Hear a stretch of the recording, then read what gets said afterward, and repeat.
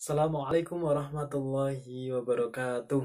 Hai anak-anak, selamat pagi. Ketemu lagi dengan Pak Sidik dalam pembelajaran dari rumah. Meskipun dari rumah, kita harus tetap semangat. Mari kita awali pembelajaran pada pagi hari ini dengan membaca doa terlebih dahulu bersama-sama. Berdoa mulai. A'udzubillahi minasyaitonirrajim. Bismillahirrahmanirrahim.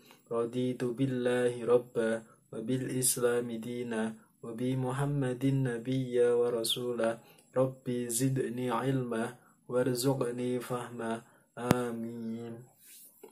Anak-anak, kemarin kita sudah mempelajari di subtema 1 sedikit tentang dongeng, yaitu dongeng itu apa, kemudian ada unsur intrinsik yang meliputi tema, latar, dan lain sebagainya, kemudian contoh dongeng.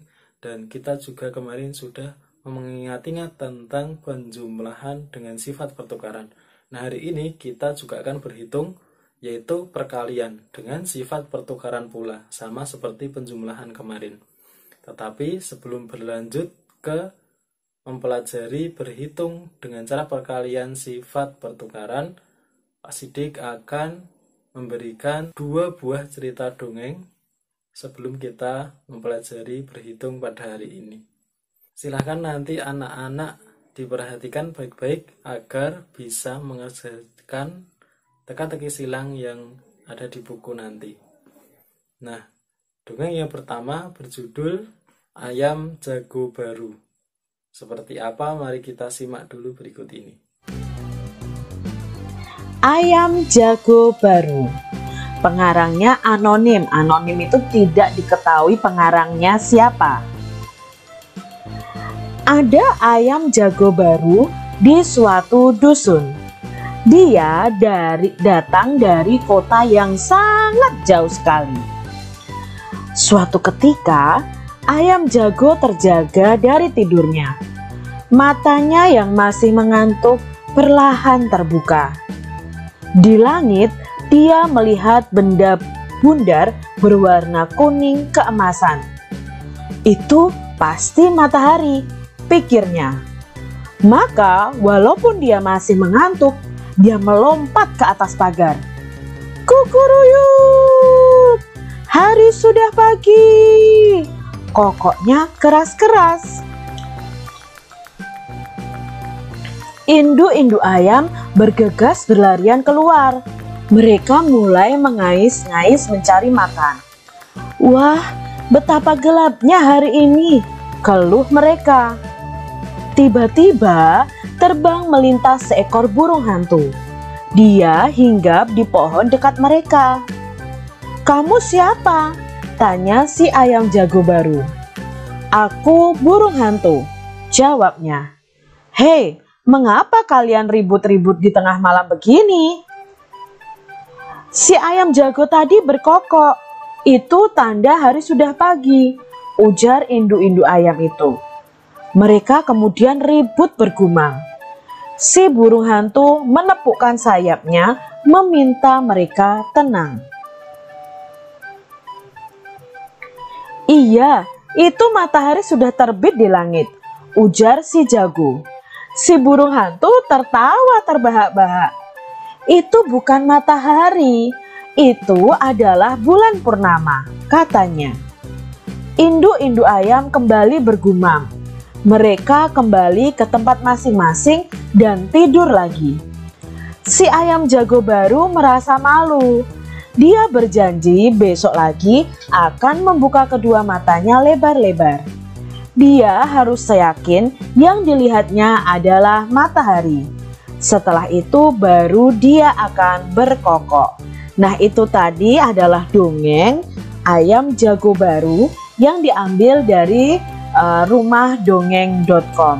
Nah, adik-adik, di sini dongeng ini bercerita tentang ayam jago yang ternyata salah mengira bahwa hari itu sudah pagi karena dia melihat cahaya kuning keemasan. Dan dia masih mengantuk, menganggap itu matahari, padahal itu adalah bulan purnama. Ayam sangat bermanfaat bagi manusia. Telur, daging, kulit, dan bulu adalah bagian ayam yang dapat diambil manfaatnya. Telur dan dagingnya serta kulitnya itu bisa kita konsumsi adik-adik. Sedangkan bulunya itu bisa dijadikan kemoceng. Lanjut ke dongeng yang kedua dengan judul Kisah Semut dan Merpati. Mari kita simak bersama-sama. Pada suatu hari, ada seekor semut yang sedang berjalan-jalan mencari makan di pinggir sungai. Seperti biasa, dia berjalan dengan riang dan karena kurang hati-hati, tiba-tiba ia terjatuh ke dalam sungai. Arus sungai menghanyutkannya.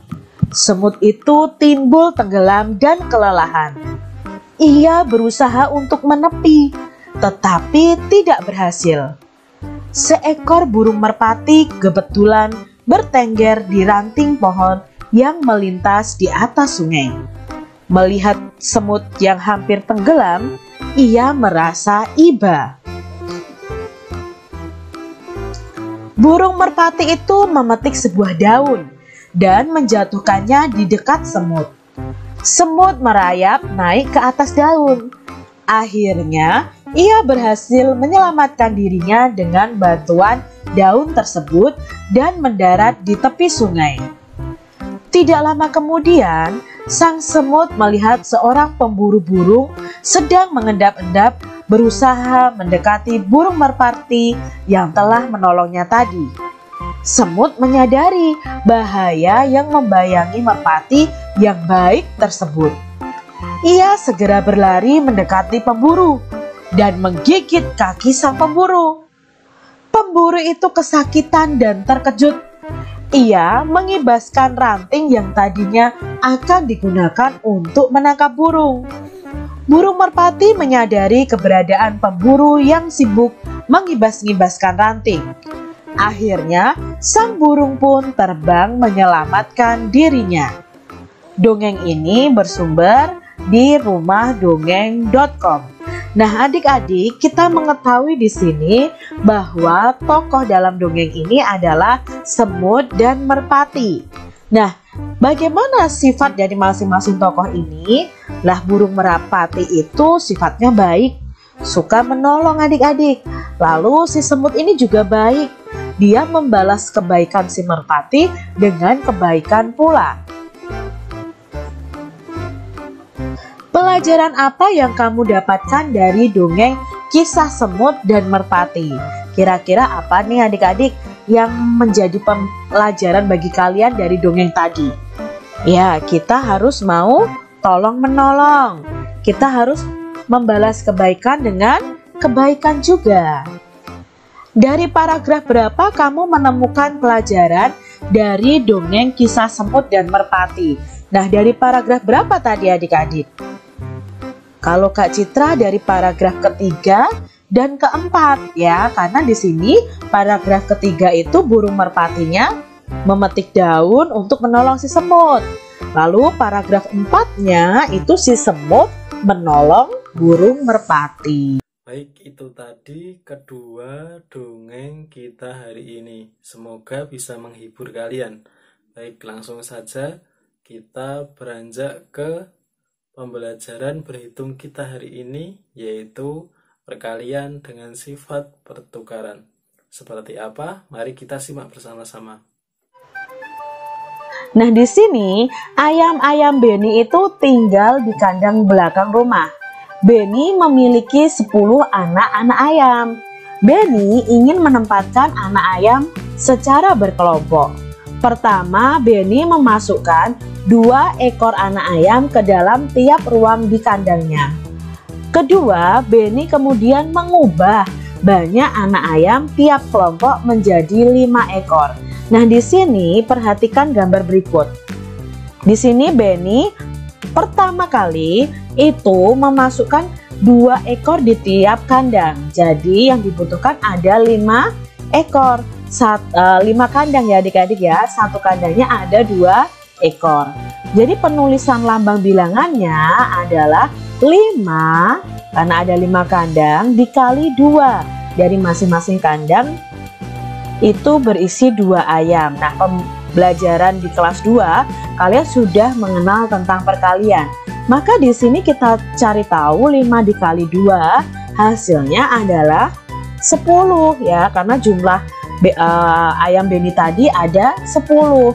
Nah, sekarang Beni membaliknya lagi, yaitu mengisi setiap kandang dengan 5 ekor ayam.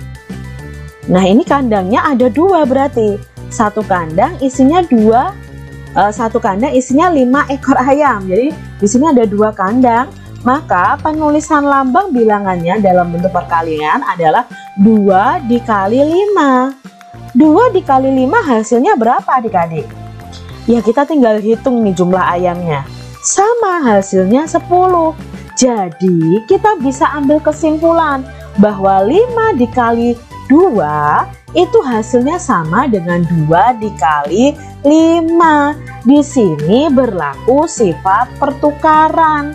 Jadi ketika ditukar letaknya hasilnya tetap sama. Seperti pada subtema sebelumnya kita sudah belajar tentang penjumlahan.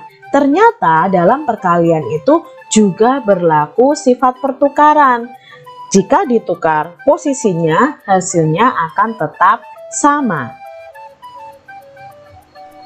Beni memiliki 12 ayam jago.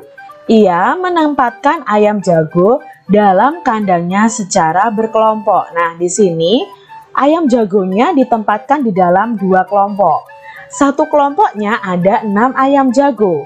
Maka bentuk perkaliannya adalah 2 dikali 6. Berapa 2 dikali 6? Ya, 2 dikali 6 adalah 12. Lalu Beni mengelompokkan lagi. Setiap kandang diisi 2 ayam jago. Nah, di sini ada 6 kandang. Maka penulisan perkaliannya adalah ya 6 dikali 2.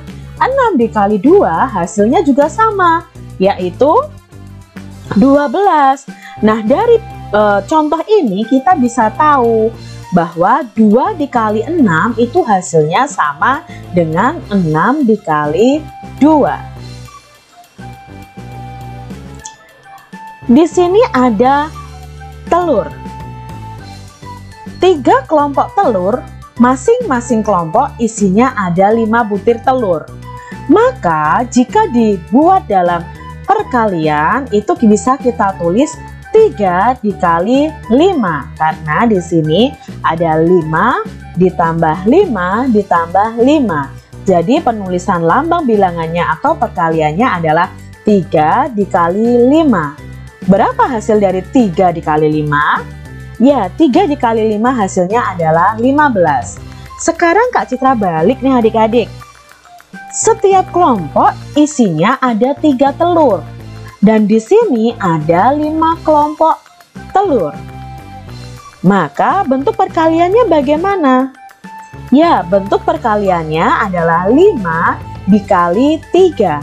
Berapa 5 dikali 3? Ya, 5 dikali 3 adalah 15. Berarti di sini berlaku sifat pertukaran, yaitu 3 dikali 5 hasilnya sama dengan 5 dikali 3. Masih kurang jelas? Mari kita simak contoh soal yang lain. Ayo kita bantu Beni mengerjakan PR-nya sesuai dengan sifat pertukaran pada perkalian. Nah, di sini yang pertama ada perkalian titik-titik dikali 5 sama dengan titik-titik dikali 7. Nah, otomatis di sini karena ini berhubungan dengan sifat pertukaran, maka titik-titik dikali 5 ini artinya itu sama dengan ya 7 dikali 5. Maka sebaliknya sama dengan titik-titik dikali 7. Ya, 5 dikali 7. Soal berikutnya adalah 9 dikali titik-titik sama dengan 6 dikali titik-titik. Nah, di sini ada angka 6, di sini belum ada. Padahal ini tandanya sama dengan, berarti nanti hasilnya akan sama. Berarti 9 dikali 6. Lalu pertukarannya berarti di sini 6 dikali 9. Karena sifat pertukaran pada perkalian itu nanti hasilnya juga sama. 7 dikali 5 itu 35. 5 dikali 7 juga 35. Begitu juga dengan 9 dikali 6. 9 dikali 6 itu 54. Kebalikannya, 6 dikali 9 berapa Kak Citra? 6 dikali 9 juga 54. Lalu soal yang ketiga, titik-titik dikali 5 sama dengan titik-titik dikali 5. Aduh Kak, nggak ada angka yang berbeda. Berarti ini angka yang sama adik-adik. Berarti 5 dikali 5 sama dengan ya 5 dikali 5. Ini sama-sama hasilnya 25. Soal nomor 4. 6 dikali titik-titik sama dengan 7 dikali titik-titik. Berarti 6-nya dikali berapa adik-adik? Ya, 6-nya dikali 7. Lalu 7-nya dikali? Ya, 7-nya dikali 6. Jadi 6 dikali 7 itu 42 dan 7 dikali 6 juga 42. Soal nomor 5. Titik-titik dikali 3 sama dengan titik-titik dikali 7. Berarti yang depan berapa? Ya, 7 dikali 3 sama dengan 3 dikali 7. Itu adalah sifat pertukaran pada perkalian. Mudah sekali bukan? Nah, anak-anak, itu tadi pembelajaran kita hari ini tentang dongeng ayam jago baru dan dongeng kisah semut dan burung merpati. Kemudian kita tadi juga sudah mempelajari tentang berhitung perkalian dengan sifat pertukaran. Sebelum Pak Sidik akhiri, nanti anak-anak silahkan mengerjakan teka-teki silang yang ada di buku paket halaman 58 dan jangan lupa untuk mengerjakan latihan soal yang ada di link di bawah video ini. Sekian dari Pak Sidik, kurang lebihnya mohon maaf. Assalamualaikum warahmatullahi wabarakatuh.